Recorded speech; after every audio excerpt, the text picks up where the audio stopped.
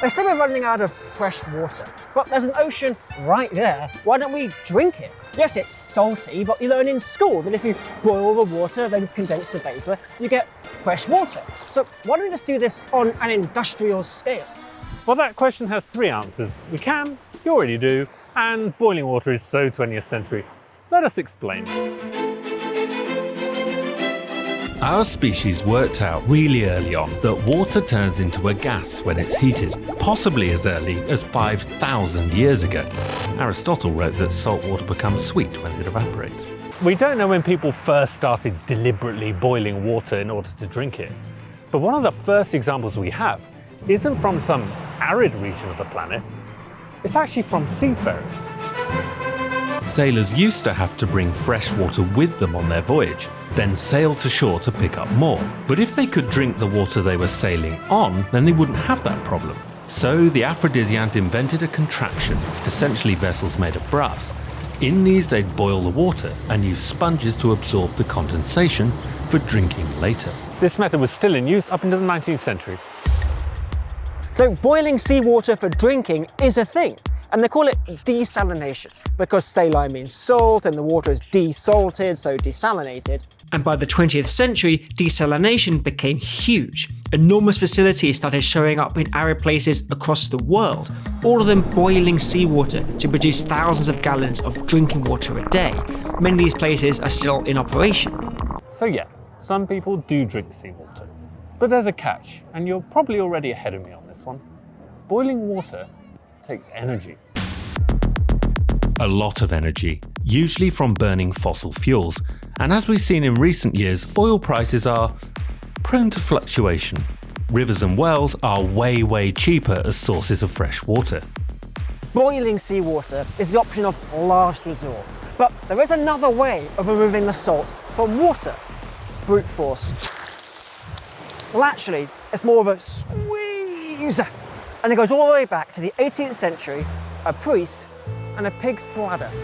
In 1748, a Frenchman called Jean-Antoine was running an experiment. He filled his pig's bladder with alcohol and dunked it into a bucket of water. After a while, he saw that the bladder had inflated.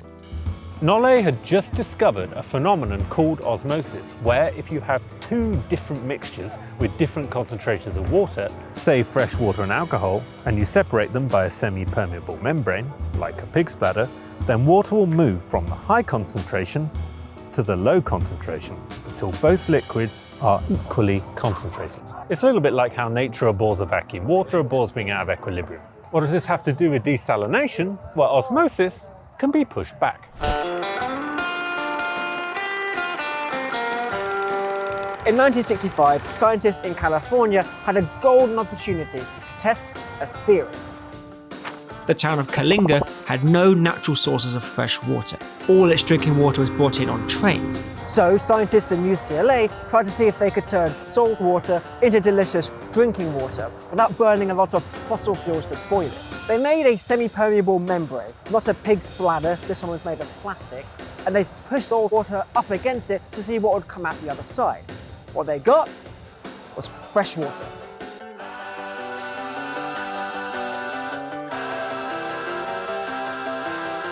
This process is called reverse osmosis. Now, if you think that sounds like a fancy name for water filter, well, you're wrong. A filter works by having holes small enough to block things coming through, but you can't block out salt molecules once they're dissolved.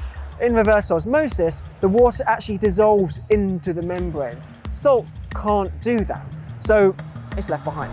To make it work though, you do have to give it quite a bit of a push. A real bit of a push, actually. Something like 70 bar, which is like 4 of me focused on a penny, or 1 Lady Liberty standing on a manhole cover. The result was they were able to produce 10,000 gallons of drinking water a day. That experiment was a big success, and there are now over 14,000 desalination plants in the world, in more than 100 countries, mostly using reverse osmosis. And that's what they now use on big ships. So, not only do people drink seawater, but it's entirely possible that you've had some, perhaps without even knowing it.